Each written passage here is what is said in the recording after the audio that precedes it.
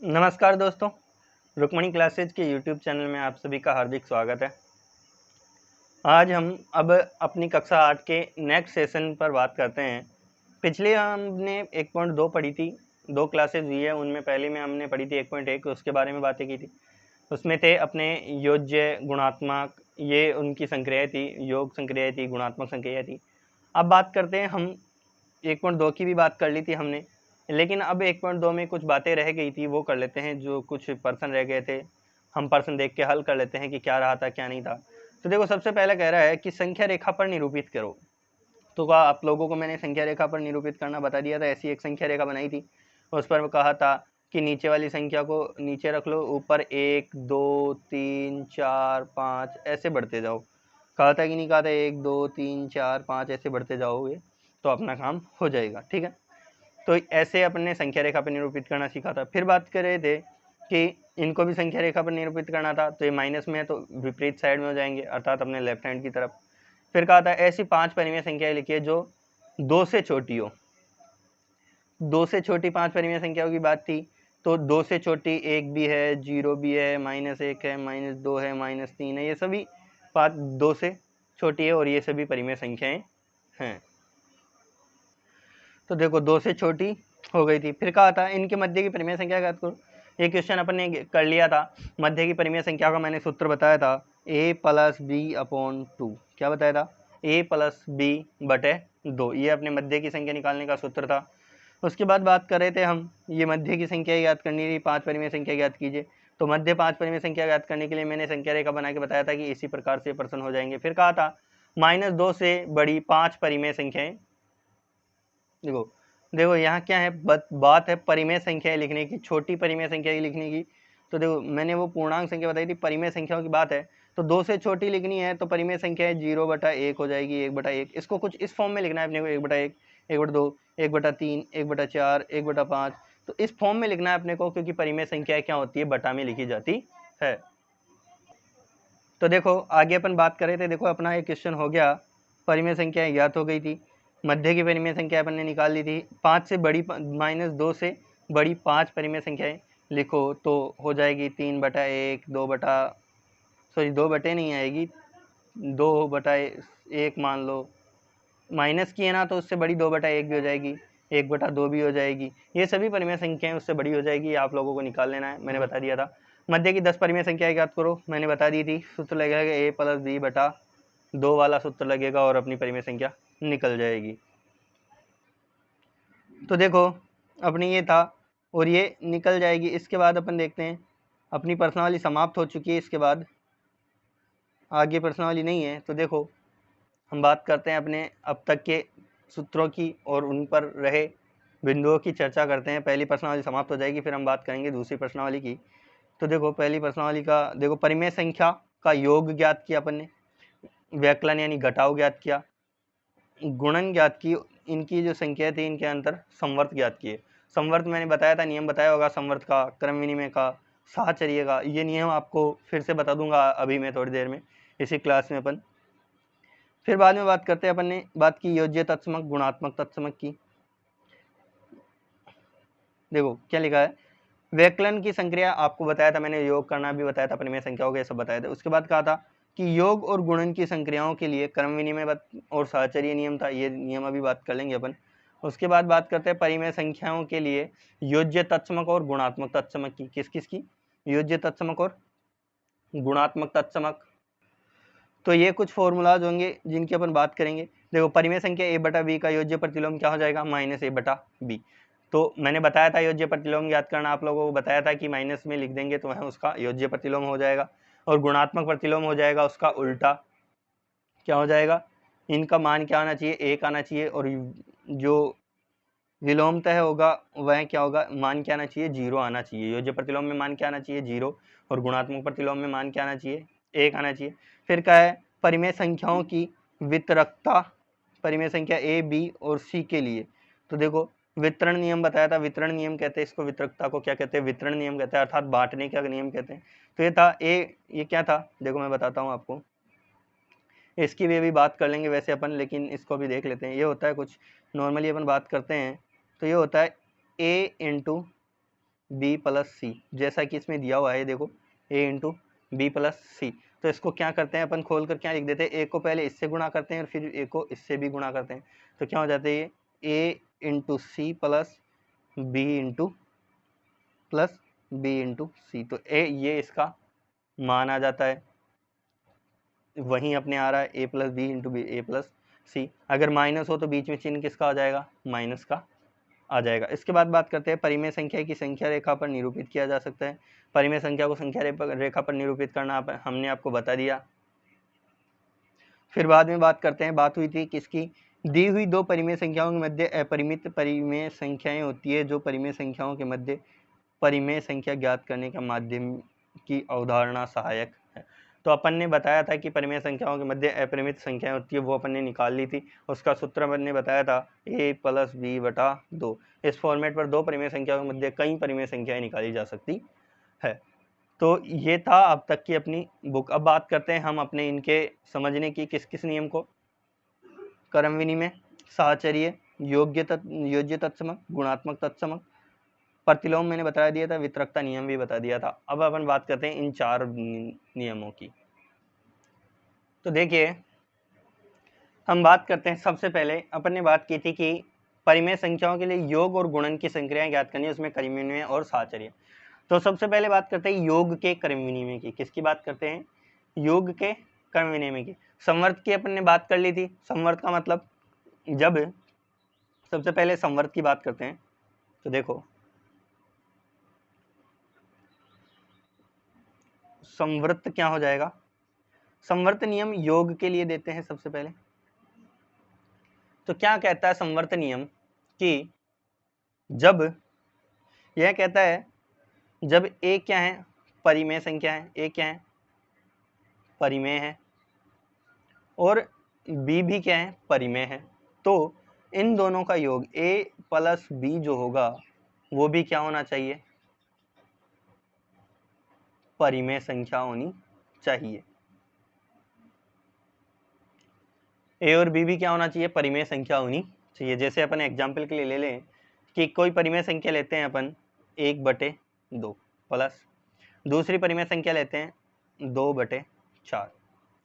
इन दोनों का योग कर रहे हैं, योग के लिए है तो योग के लिए दोनों का लघुत्तम लिया 4 हो जाएंगे, यहाँ बच जाएगा 2 और यहाँ बच जाएगा 2, ये हो जाएगा 4/4। दोनों को काटा तो क्या बच गया, 1/1। तो क्या 1/1 एक परिमेय संख्या है, हाँ है। तो देखो यही 1/1 परिमेय संख्या है, तो a प्लस बी भी, ये दोनों a प्लस बी से ही आया है, ये a था ये b था, इन दोनों का योग किया तो यहाँ आया, यह भी एक परिमेय संख्या है। तो यह सिद्ध होता है कि यह संवर्त नियम का पालन करता है। बात करते हैं गुणात्मक संवर्त की। तो गुणात्मक संवर्त भी क्या कहता है, जब संख्याओं को गुणा किया जाता है तो वह संख्याएं क्या रहनी चाहिए, परिमेय संख्या रहनी चाहिए। और आप लोग इस बात को भलीभांति जानते हो कि जब गुणा किया जाता है तो वह संख्या संवर्त ही रहती है, क्योंकि गुणा में हम ऊपर की संख्या को ऊपर गुणा करते हैं और नीचे की संख्या को नीचे गुणा करते हैं। तो देखो गुणा के लिए ले लेते हैं, गुणन के लिए ले लेते हैं अपन। गुणन के लिए भी वही फॉर्मूला होगा, केवल कितना क्या अंतर आ जाएगा, a गुणा b भी क्या होना चाहिए, परिमेय संख्या होनी चाहिए। ऐसे करके ये दो नियम हो जाते हैं अपने संवर्त के नियम है, ये दोनों क्या हैं, संवर्त के नियम हैं। तो देखो गुणन के लिए लेते हैं हम सूत्र लेते हैं, जैसे यही ले लेते हैं 1/2 गुणा 2/4। तो गुणा में ऊपर की संख्या ऊपर गुणा होगी, नीचे की संख्या नीचे गुणा होगी। तो 2 1 कम 2, नीचे की संख्या 4 दूनी 8, दोनों को काटा तो 1/4 आ गए। क्या यह एक परिमेय संख्या, हाँ है, तो यह भी संवर्त हो गया। इसके बाद बात करते हैं हम क्रम विनिमय गुण की। संवर्त गुण के बाद बात करते हैं किसकी, क्रम विनिमय गुण की। क्रम विनिमय,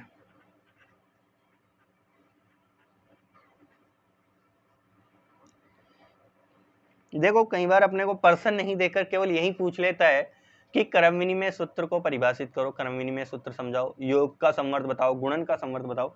तो देखो क्रम विनिमय सबसे पहले बात करते हैं हम योग के लिए। क्रम विनिमय की बात करते हैं सबसे पहले किसके लिए, योग के लिए। तो देखो योग के लिए क्या होगा क्रम विनिमय, यह कहता है कि जब, योग के लिए क्रम विनिमय क्या कहता है कि जब a को b में जोड़ा जाए या बी को ए में जोड़ा जाए, मान क्या होना चाहिए, बराबर होना चाहिए। मतलब क्रम परिवर्तन से स्थान बदल गया ना, यहाँ बी दूसरे पर था, ए पहले पर था, यहाँ ए दूसरे पर चला गया, बी पहले पर आ गया, अर्थात स्थान बदलने से इनके मान में कोई परिवर्तन नहीं होना चाहिए। यही क्या कहलाता है, क्रम विनिमय कहलाता है। जैसे अपन वही एग्जाम्पल वापस देख लेते हैं, नया एग्जाम्पल ले लेते हैं, एक एग्जाम्पल ले लेते हैं, ए ले लेते हैं अपन 3/5 प्लस बी ले लेते हैं 2/10। तो देखो ये था ए और ये था बी, और इधर अपन इसको उल्टा लिखते हैं b/10 प्लस 3/5। क्या है, सही है, ठीक है। ए को बी को ए लिख दिया अपन ने। अब आगे हल करते हैं अपन, आगे हल करते हैं, क्या आ रहा है, दोनों का लघुत्तम लिया यहाँ और यहाँ भी, तो यहाँ ले लेते हैं हम इनका लघुत्तम, इसका आता है 10 और उसका भी आ जाएगा 10। लघुत्तम क्या आ जाएगा, 10। आप लोग ले लीजिएगा, मैंने बताया बिल्कुल अच्छे से लघुत्तम लेना। हर का भाग लघुत्तम में दो, तो 5 का भाग 10 में दिया तो आता है 2 बार 3 का भाग गुणा किया, 2 दिया 6, 3 दूनी 6 होता है, प्लस 10 का भाग 10 में एक बार 2 के 2, नीचे 10 का भाग 10 में एक बार 2 के 2, प्लस 5 का भाग 10 में 2 बार 3 दूनी 6, 6 और 2 कितने हो गए, 8/10 बराबर 6 और 2 कितने हो गए, 8/10।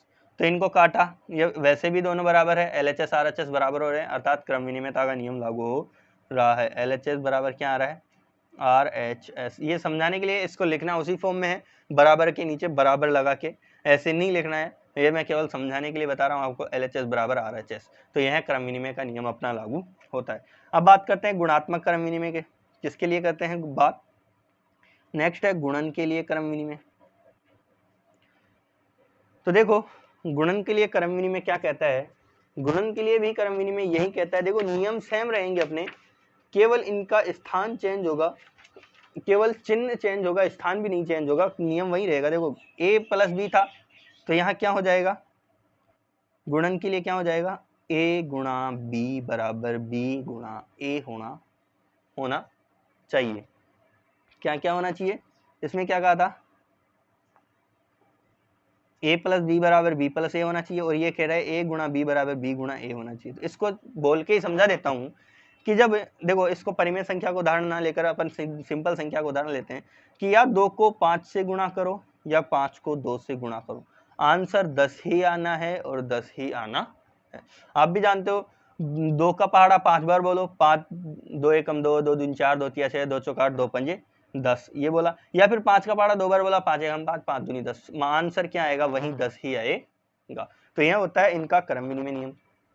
इसके बाद नियम था साहचर्य नियम। कौन सा नियम था, साहचर्य। साहचर्य का नियम था, तो वहीं देखते हैं। देखो साहचर्य गुण क्या कहता है, साहचर्य गुण कहता है, योग के लिए बात करते हैं सबसे पहले। योग के लिए साहचर्य गुण कहता है कि जब क्या एक को ब्रैकेट में रखे b प्लस सी में जोड़ा जाए, तो इसका मान ब्रैकेट में रखे a प्लस बी को जब c में जोड़ा जाए इसके बराबर होना चाहिए। क्या होना चाहिए, a प्लस बी प्लस सी, जहाँ b और c किस में है, ब्रैकेट में है, और a बाहर है, उनका मान a प्लस बी ब्रैकेट वाले से और c के बराबर होना चाहिए। तो यही मान आएगा, वही अपने को निकालना है। तो देखो अपन इसको हल करते हैं, आगे पर देखते हैं इसको। तो देखो इसके लिए अपन एक एग्जाम्पल ले लेते हैं। a का मान रख लिया 2/1 प्लस ब्रैकेट में रखा। देखो मैंने 2/1 इसलिए लिया है ताकि एग्जाम्पल, वैसे अपन परिमेय संख्या का लेंगे यहाँ पे, तो चलो 2/3 कर लेते हैं इसको, परिमेय संख्या आप लोगों को लगे कि परिमेय संख्या है। b के लिए लिख लेते हैं 1/2 प्लस इसके लिए लिख देते हैं 1/6, ठीक है, बराबर c क्या था 1/6, तो बराबर में a क्या है 2/3 प्लस b क्या है 1/2 प्लस c क्या है 1/6, या इसको अपन बात कर लेते हैं 5/6 कर देते हैं इसको, c को 5/6 कर दिया अपन ने, ठीक है, थोड़ा टफ कर दिया। तो अब इसको हल करते हैं अपन। देखो हल करते हैं, पहले मैंने एक नियम बताया था आप लोगों को, नियम था बोर्ड मास का। क्या नियम था, BODMAS। B फॉर होता है ब्रैकेट, सबसे पहले ब्रैकेट को हल करेंगे। O फॉर होता है ऑफ यानी होता है काके की को हल करेंगे। D फॉर होता है डिवाइड, M फॉर होता है मल्टीप्लाई, A फॉर होता है एडजॉइंट और S फॉर होता है सबट्रैक्शन अर्थात घटाओ। तो ये कुछ इसी प्रकार के मान होते हैं इनके। तो इसको हल करते हैं। तो देखो 2/3 हो गया। क्यों? सबसे पहले ब्रैकेट को हल करना है तो ब्रैकेट के अंदर की संख्या को हल करते हैं। देखो इन दोनों का लघुत्तम लिया, लघुत्तम आता है 6, 2 का भाग 6 में दिया 3 आता है, 3 प्लस 6 का भाग 6 में दिया आ गया 5 ऊपर। इधर ब्रैकेट को हल किया, 3 दूनी 6, यहाँ 6 आ जाएगा इनका लघुत्तम, और 6 3 का भाग इसमें दिया 2 बार, 2 दूनी 4 आ जाएगा, प्लस 2 का भाग इसमें दिया 3, 3 का 3 आ जाएगा, प्लस 5/6। आगे हल करते हैं अपन, आगे हल करते हैं तो देखो ये हो जाता है 2/3 प्लस 3 और 5 क्या हो जाएंगे 8/6, और इधर बराबर में क्या रह जाएगा 4 और 3 7/6 प्लस 5/6। तो देखो इनका लघुत्तम क्या आता है, दोनों का लघुत्तम आता है 6। ऊपर आता है 3 दूनी 2, 3 दूनी 6, 2 2 दूनी 4 प्लस 8, और इधर आता है लघुत्तम 6 7 प्लस 5। इनको हल करते हैं तो 4 और 8 कितने होते हैं, 8 और 4 होते हैं 12/6 बराबर 7 और 5 कितने होते हैं 12/6। दोनों बराबर है, दोनों भाग दिया 2 आ गया, 2 आ गया 2/1, और यहाँ पे भी 2/1। तो क्या आ गया 2/1 और 2/1। तो LHS बराबर RHS आ रहा है, नहीं आ रहा, आ रहा है। इसका मतलब योग का साहचर्य नियम बिल्कुल सिद्ध हो रहा है। योग का साहचर्य नियम यहाँ पर सिद्ध हो रहा है। साहचर्य नियम क्या है, A + B + C, A + B + C, ठीक है। उसके बाद बात करते हैं हम गुणन के साहचर्य नियम की। गुणन का साहचर्य नियम भी बिल्कुल सेम ही है, ऐसा का ऐसा ही नियम है, केवल अंतर इतना ही है कि वहाँ योग की जगह गुणन काम में आएगा। तो देखो क्या लिखते हैं अपन, गुणन की बात करते हैं, गुणन की बात कर रहे थे। तो गुणन का साहचर्य नियम क्या कहता है, गुणन का साहचर्य नियम कहता है कि A × B × C बराबर क्या होना चाहिए, A × B × C।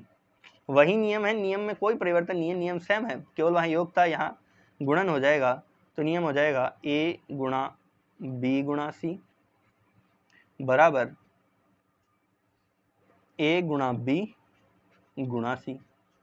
तो वही नियम है, कोई परिवर्तन है नियम में जी नहीं, नियम वही का वही है, कोई समस्या नहीं है, केवल चिन्ह परिवर्तन हुए हैं। यहाँ गुणन के लिए है तो गुणन की बात होगी, तो यहाँ चिन्ह किसका हो जाएगा गुणन का। तो गुणन का साहचर्य नियम है ये। क्यों? साहचर्य नियम की बात चली थी अपने पीछे, देखो साहचर्य नियम योग का हो गया था, अब बात कर रहे थे अपन गुणन का साहचर्य नियम की, तो ये था गुणन का साहचर्य नियम। तो गुणन का साहचर्य नियम कुछ इस प्रकार का होता है। तो अब इसको हल करते हैं अपन।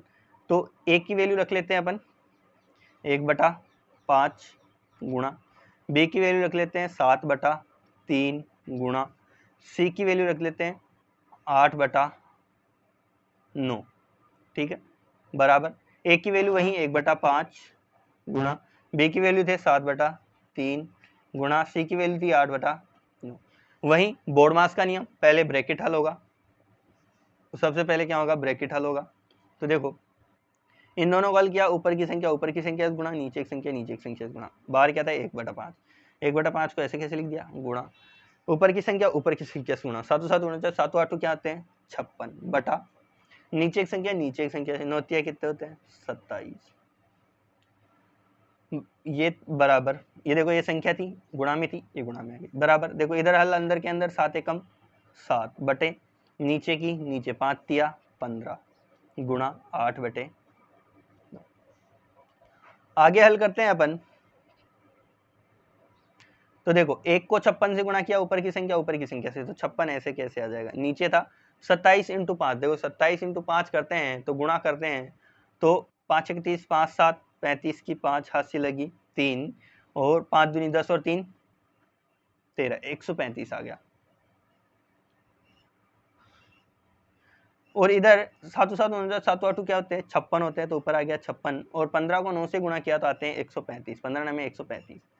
तो इस प्रकार दोनों संख्याएं बराबर हो गई, दोनों संख्याएं बराबर होगी, अर्थात क्या हो गया LHS बराबर क्या हो गया RHS।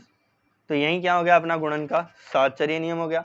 यहाँ भी LHS बराबर RHS आ गया था अपने पास, क्या आ गया था, LHS लेफ्ट हैंड साइड बराबर राइट हैंड साइड, और यह अपना क्या हो गया था, योग का साचर्य, ये हो गया गुणन का साचर्य। इसके बाद बात करते हैं योज्य तत्समक की। इसके बाद बात करते हैं किसकी, तत्समक गुण की। तत्समक गुण में योज्य की बात करते हैं, योज्य तत्समक। तो योज्य तत्समक क्या होता है कि वह संख्या जिससे उस संख्या को गुणा करने पर, जोड़ने पर वह संख्या ही प्राप्त हो जाए। अर्थात योज्य तत्समक का सूत्र क्या हो जाएगा, जब a को 0 से जोड़ा जाए या 0 को a में जोड़ा है तो a ही आएगा। योग की बात है, यहाँ पर योग है, ये गुणा नहीं है, कि जब o को a में जोड़ा जाए तो a ही आएगा। अर्थात योज्य तत्समक का यही सूत्र था। आप सभी जानते हो 2 में 0 जोड़ो तो भी 2 आएगा, 0 में 2 जोड़ो तो भी 2 ही आएगा। अब बात करते हैं गुणात्मक की। भाई गुणन के लिए अगर बात करें तो गुणन के लिए क्या बात होती है, देखो गुणन के लिए अपन 0 नहीं ले सकते, क्योंकि किसी संख्या को 0 से गुणा करेंगे तो वह संख्या क्या हो जाएगी, 0 हो जाएगी। गुणा करते ही वह संख्या क्या हो जाएगी, 0 हो जाएगी। और अपने को संख्या को 0 नहीं करना है, अपने को संख्या वही प्राप्त करनी है, तो गुणा में 1 से गुणा करने पर वह संख्या वही प्राप्त होती। तो क्या हो जाएगा, a × 1 बराबर 1 × a बराबर क्या हो जाएगा, a। ये क्या आ जाएगा, इसका गुणन का तत्समक आ जाएगा। तो गुणन का तत्समक क्या हो जाएगा, 1 है, और योज्य तत्समक क्या है, 0। उसके बाद बात करते हैं हम, गुणात्मक तत्समक हो गया, योज्य तत्समक हो गया। अपन ने योज्य प्रतिलोम पढ़ ही लिया था। योज्य प्रतिलोम एक बार फिर से बता देता हूं। प्रतिलोम प्रतिलोम है, प्रतिमोल नहीं है, प्रतिलोम है। तो देखो प्रतिलोम एक बार फिर से अपन बात कर लेते हैं। प्रतिलोम में क्या था कि किसी संख्या का मान अपने को, अगर योज्य की बात है तो वह क्या होना चाहिए, 0 होना चाहिए, और गुणन की बात है तो वह आना चाहिए 1 आना चाहिए, अर्थात तत्समक प्राप्त हो जानी चाहिए।